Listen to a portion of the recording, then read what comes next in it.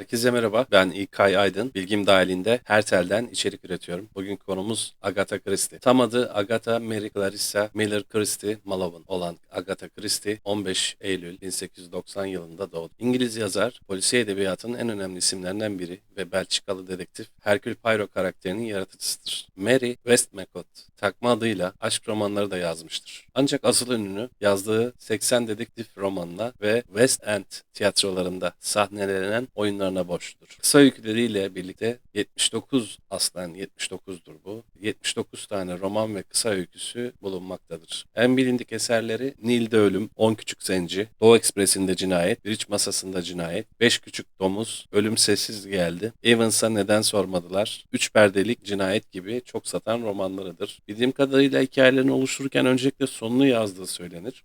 Christie yazarken önce bir ses kaydı cihazıyla hikayeyi kaydeder, sonra daktilo ile yazardı. Yine bir kaynakta bunun için bir sekreter tonu ona yazdırdığını, sonradan düzeltmeler yaptığı söyleniyor. Tabii ki çok satan bir yazar olduktan sonra belirli konforlar sağlamıştır diye tahmin ediyorum. Agatha Christie 1926'da 11 gün boyunca kocası onu boşamak isteyince yazar bir anda ortadan kayboldu. Arabası bir dik yamaçta terk edilmişti. Araba ağaçlara çarpmış, bavulları yere saçılmış vaziyette raporlandı. Kendisinden bir iz yoktu. İntihar olasılığı da düşünülerek yaklaşık 15 bin kişinin katıldığı bir insan avı başlatıldı. Yakın dostu Arthur Conan Doyle bulunsun diye medyumlara kadar gitti. Ancak yapılan tüm aramalara rağmen bulunamadı. 2 hafta sonra bir otelde sağlıklı ve güvenli bir şekilde bulundu. Otele giriş kaydını kocasının metresi Teresa Neely adıyla yapmıştı. Lakin kendisi son 2 haftayı hatırlamıyordu. Christie hiçbir açıklama yapmadı. Bu olayın kazasüsü verilmiş bir senaryo olduğu düşünülür. Yazar Wilson'a göre Agatha Christie psikojenik amnezi yaşamıştı. Bir çeşit geçici trans halinde bir hafıza kaybına uğramıştır. Bir iddiaya göre Agatha Christie kocasının sevgisini öldürme planları yapmıştır. Hercule Poirot zekası, espri yeteneği, keskin gözlemciliği ve Avrupalı nezaketiyle dikkat çeken Belçikalı bir dedektiftir. Cinayetleri küçük gri hücreler dediği beynini kullanarak çözmesi ve bu arada da İngiliz yüksek sınıfının özel yaşamının saklı yönlerini ortaya dökmesiyle tanınır. Agatha Christie'nin arka arkaya yazmaya başladığı polis romanları Poirot tipine uluslararası ün kazandırdı. Yazar ayrıca Miss Marple adını verdiği bir tip daha yarattı. Sevimli yaşlı bir kadın olan amatör dedektif Miss Marple da çok tutuldu. 1928'de ilk kocasından boşanıp Max Malone ile evlendikten sonra birçok ülke gezip görme fırsatı bulan Christie'nin romanları 1930'larda çoğunlukla uluslararası mekanlarda duyulmaya başladı. Agatha Christie eğitimsizdi. Christie 1890'da İngiltere'nin güneybatısında bir kıyı kent olan Torquay'da doğdu. Kardeşlerinin aksine yatılı okula gitmek yerine yalnızca evde eğitim gördü ve yaşıtı çocuklarla nadiren bir arada oldu. Evcil hayvanlar, hayali arkadaşlar ve aile hizmetkarları yegane oyun arkadaşlarıydı. Buna rağmen yalnız değildi ve otobiyografisinin açılış paragrafında çocukluğunu mutlu olarak tasvir eder. Nihayet 13 yaşındayken haftanın 2 günü eğitim veren bir kız okuluna gitti. Daha sonraları Paris'te müzik eğitimi gördü. Bir yazar olarak kendini eğitti. Christie polisiye yazmaya kardeşiyle giriştiği bir iddia sonucunda başladı. 11 yaşındayken gazetede resmini gördüğü bir sokak tramvayı hakkında ilk şiirini yazdı. Ergenlik yıllarında pek çok şiiri Poetry Review'de yayınlanan Christie bir yandan da o yıllarda yayıncıların dikkatini çeken kısa hikayeler üzerinde çalışıyordu. Birinci Dünya Savaşı'na kadar polisiye henüz radarına girmemişti ki ta ki kız kardeşi onun iyi bir polisiye romanı yazamayacağına dair iddialaşana dek. İlk girişimi olan Belçikalı emekli polis memuru Hercule Poirot'un zengin bir dulun ölümünü araştırdığı Styles'da Gizemli İlişki isimli roman sonunu değiştirmek koşuluyla bir yayıncı tarafından yayımlanmak istenince polisiye kariyeri başlamış oldu. Romanlarında katil asla uşak çıkmadı. Polisiye roman klişesinin aksine hiçbir Christie romanının sonunda katil uşak çıkmadı. Bunun yanında en azından 4 romanında doktor,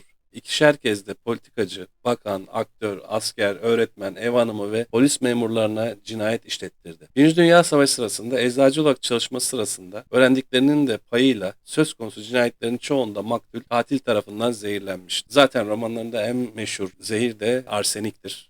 Onun da bu tecrübesinin nereden geldiğini öğrenmiş oluyoruz. Yine tabii romanlarındaki Yahudi portreleri yüzünden iftira ve inkarla mücadele birliği Christie'yi protesto etti. Christie'nin romanları siyahları, Asyalıları, İtalyanları, Amerikan yerlerini ve Arapları aşağılayan ifadelerle doludur. Ben rastlamadım ama vardır demek ki okumadıklarımın arasında ya da okurken ona çok dikkat etmemişim. Hatta sonradan değişse de kitaplarının birine 10 Küçük Zenci ismini vermiştir. Yahudiler açısından da pek farklı değildir. Christie, Yahudileri genellikle gaga burunlu ve paragöz olarak tasvir etmiştir. Nihayetinde iftira ve inkarla mücadele birliği, Christie'ye bu duruma itiraz eden bir mektup kaleme almış ve onu Yahudi karşıtlığıyla itham etmiştir. Her ne kadar Amerika'daki yayımcısı Yahudi karşıtlığı suçlamasına itiraz etmişse de bu mektup sayesinde romanlarından bazı tatsız ifadeleri çıkarmak durumunda kalmıştır. Yani açıkçası bunu ilk kez duyuyorum. Ben romanlarında böyle bir şeye rastlamadım ya da dikkatimi çekmedi. Olabilir, doğrudur, bilmiyorum. Christie 6 yayıncı tarafından reddedilmenin üzüntüsünü yaşarken Ölüm Sessiz Geldi'nin taslağı tamamen aklından çıkmıştır. Annelik yapmakla meşgulken 5 yıl sonra Boldey Head onunla iletişime geçer ve Christie hiç vakit kaybetmeden kontratı imzalar. Tabii çok sayıda romanı sinemaya uyarlanır. Radyo tiyatrosu yazılır. Christie'nin tüm dünyada 2 milyardan fazla kitabı satılmıştır.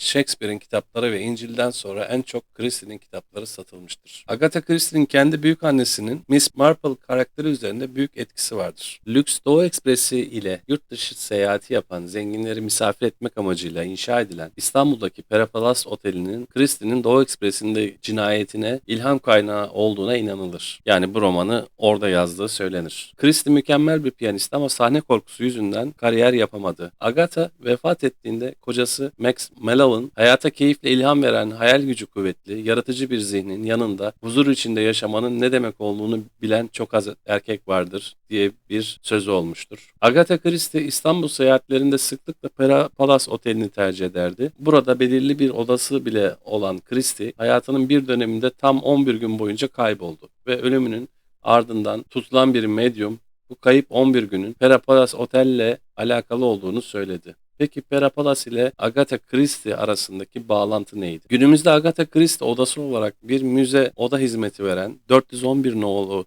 oda yalnızca Christie'nin kitaplarını yazıp dinlendiği bir yer değildi. Tarihler 1926'yı gösterdiğinde ünlü yazar kitaplarını aratmayacak bir gizemle tam 11 gün boyunca kayıplara karışıyor. Arabası bir gölün yanında terk edilmiş vaziyette bulunan Christie'nin aynı zamanda tüm eşyaları buraya saçılmış vaziyettedir. Aynı kocasına yaptığı şaka gibi. Yakındaki göle düşerek öldüğü düşünülse de Christie'nin kayboluşundan tam 11 gün sonra İngiltere'de bir otelde görüldü. 1976 yılında vefat eden Christie, kayıp 11 günün gizemiyle göçüp gitse de Warner Bros. Film şirketi bu gizemden bir film yapmak istedi. Ve tarihler 1979'u gösterdiğinde bir medyum aracılığıyla Christie'nin ruhuyla iletişime geçmeye çalıştı. Hollywood'da oldukça ünlü bir medyum olan Tamara Rand ile anlaşma yapan yapım şirketi, yazarın ruhuyla iletişim kurabilmek için bir dizi seans düzenledi ve sonunda bir bağlantı kurabildi. Bak bak bak. Saat 17'yi gösterdiğinde telefon aracılığıyla Los Angeles'ta bulunan medyum Tamara ile iletişime geçen yapım ekibi yetkilileri verilen direktiflere uyarak döşemedeki tahtaları söktü ve 8 santimlik paslı bir anahtar buldular. New York Times gazetesi bu konuda yazılacak olan hikayenin yayın hakkı için $75.000 teklif etti. Warner Bros. Da filmini çekmek için anahtarı satın almak istedi. Ama otelin sahibinin istediği $2 milyon ödemek istemedi ve anahtar hikayesi ortada kaldı. Medium'la yapılan bu seansta aynı anahtarın otelin o günkü sahibi Muayyeş'in yalısında gizli bir odayı da açtığını ve bu odadaki hatıra defterinde kaybolduğu 11 günün tüm ayrıntılarının yazılı olduğunu söyledi. Muayyeş'in yalısında gizli oda ve hatıra defteri de bulunamadı. Anahtar şu an bir bankanın kasasında muhafaza altında. Agatha Christie'nin Pera Palace'da kaldığı oda ise o günkü hali hiç değiştirilmeden günümüze kadar muhafaza edildi. Pera Palace'da geçirdiği kayıp 11 gün ile ilgili çok sayıda araştırma kitap yazıldı. Tabii bunlar bana boş gelen gizemler açıkçası. Agatha Christie 1971 yılında İngiltere'nin en yüksek onur unvanı olan Britanya İmparatorluğu Kadın Komutanı unvanını almıştır. Yazar 12 Ocak 1976 tarihinde hayata veda etmiştir. Dinlediğiniz için teşekkür ederim. Kanala abone olmayı unutmayın. Kendinize iyi bakın. Esenlikler dilerim.